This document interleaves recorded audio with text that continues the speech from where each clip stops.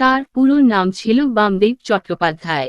তিনি বীরভূম জেলার আটলা গ্রামে মধ্যরাতে শ্যামা সঙ্গীত শিল্পী সর্বানন্দ চট্টোপাধ্যায়ের ঘরে জন্মগ্রহণ করেন।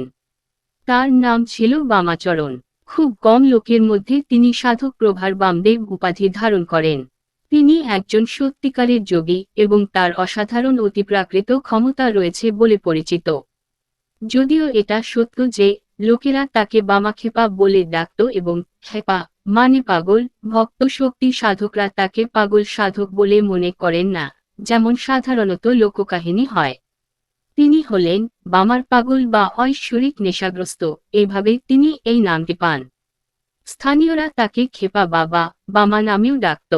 খেপা একটি শব্দ যা তান্ত্রিক ঐতিহ্যে একটি উপাসককে শ্রেষ্ঠত্বের প্রশংসা করার জন্য ব্যবহৃত হয়, তাই তাকে এইভাবে বলা হয়।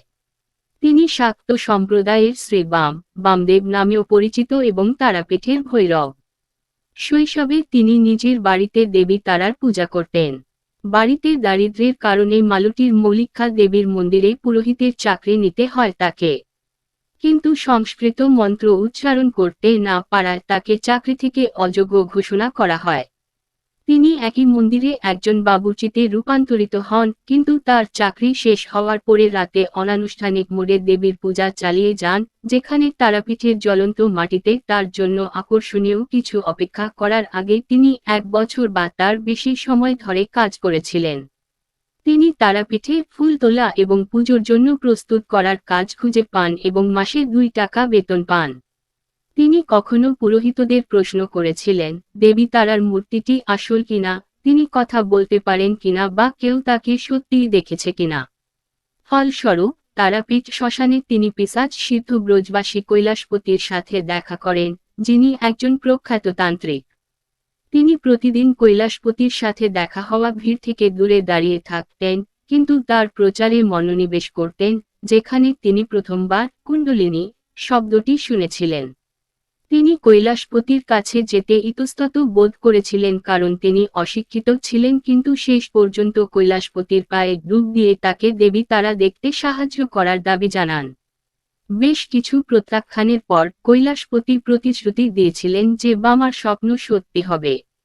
এক অমাবস্যার মধ্যরাতে কৈলাসপতি বামাকে লাল আলখাল্লা, ত্রিশূল, রুদ্রাক্ষ, সিঁদুর দিয়েছিলেন, যা তারাপীঠে বিখ্যাত বশিষ্ঠ আসন নামে পরিচিত।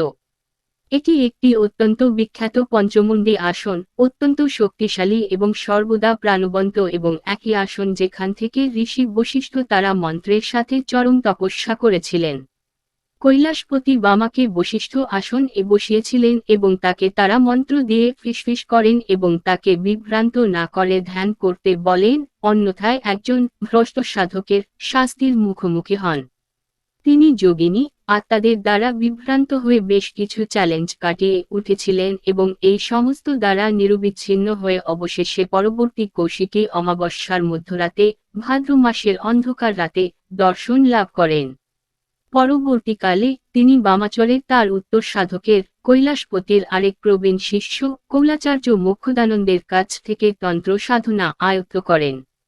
তারাপীঠে তার উল্লেখযোগ্য বন্ধুদের মধ্যে নগেন পাণ্ডা নামে তারা মন্দিরের একজন পরিচারক ছিলেন, যাকে তিনি নগেন কাকা, চাচা নগেন, যদিও বামা তার থেকে অনেক সিনিয়র ছিলেন, বলে ডাকতেন। গোদাই, সাধারণত গোদাধরের সংক্ষিপ্ত রূপ, নামে তার একজন সহকারী ছিলেন, যিনি তাকে খাবার এনেছিলেন এবং তার কুড়েঘর আশ্রমের যত্ন নিতেন। তিনি পাগল বলার বিপরীতে যুক্তিবাদী ব্যক্তি ছিলেন। তিনি মন্দিরের পরিচারকদের বেতন বৃদ্ধির জন্য লড়াই করেছিলেন এবং তার শিষ্যরা তাকে গ্রামবাসীদের কর মওকুফ করার জন্য যা দিতেন তা দান করেছিলেন এবং তার খেপা নামক শিষ্যের মাধ্যমে স্বাধীনতা সংগ্রামের লোকেরা যা দান করেছিলেন তার উল্লেখযোগ্য অংশ অবদান রেখেছিলেন। তিনি অহিংসায় বিশ্বাস করতেন এবং তারা খেপা প্রাথমিক নাম প্রমথ এবং বিশিষ্ট বিপ্লবী কবি মুকুন্দ দাসকে তাদের বন্দুক নিক্ষেপ করতে বলেছিলেন। এই ধরনের তথ্য উদ্ধৃত করা হয় না।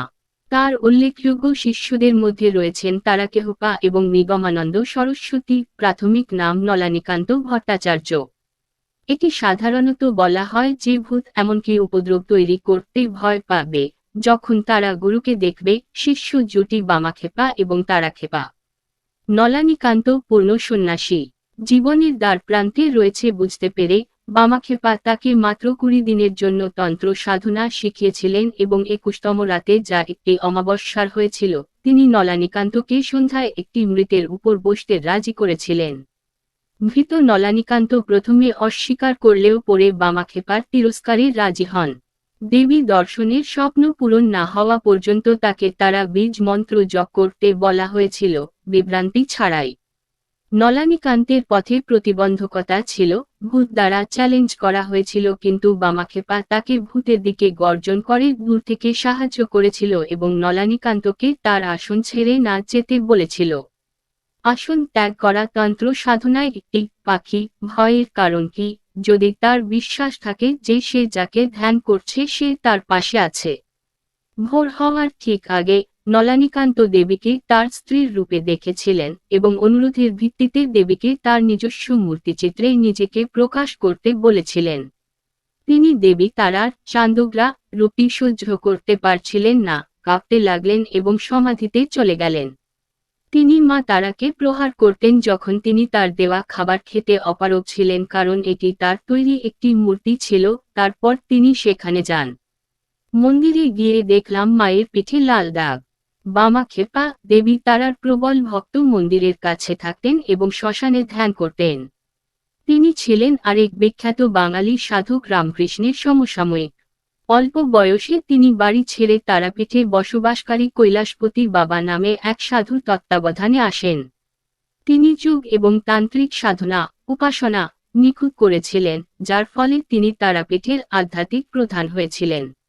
লোকেরা তাদের অসুস্থতার জন্য আশীর্বাদ বা নিরাময়ের জন্য তার কাছে এসেছিল, দুঃখে বা কেবল তার সাথে দেখা করতে। তিনি মন্দিরের নির্ধারিত নিয়মগুলি অনুসরণ করেননি এবং ফলস্বরূপ মন্দিরের পুরোহিতদের দ্বারা দেবতার জন্য নৈবেদ্য হিসাবে খাবার গ্রহণের জন্য একবার বিরক্ত হয়েছিল। কথিত আছে তারা নাটোরের মহারানীর রানী স্বপ্নে আবির্ভূত হন এবং তাকে বলেছিলেন যে তিনি তার পুত্র হওয়ায় প্রথমে তাকে খাওয়াতে হবে। এই ঘটনার পর বামাক্ষেপাকে প্রথমে মন্দিরে দেবতার সামনে খাওয়ানো হয়েছিল এবং কেউ তাকে বাধা দেয়নি। এটা বিশ্বাস করা হয় যে তারা তার হিংস্র আকারে শ্মশানে বামাক্ষেপাকে একটি দর্শন দিয়েছিলেন এবং তারপর তাকে তার স্তনে নিয়ে গিয়েছিলেন।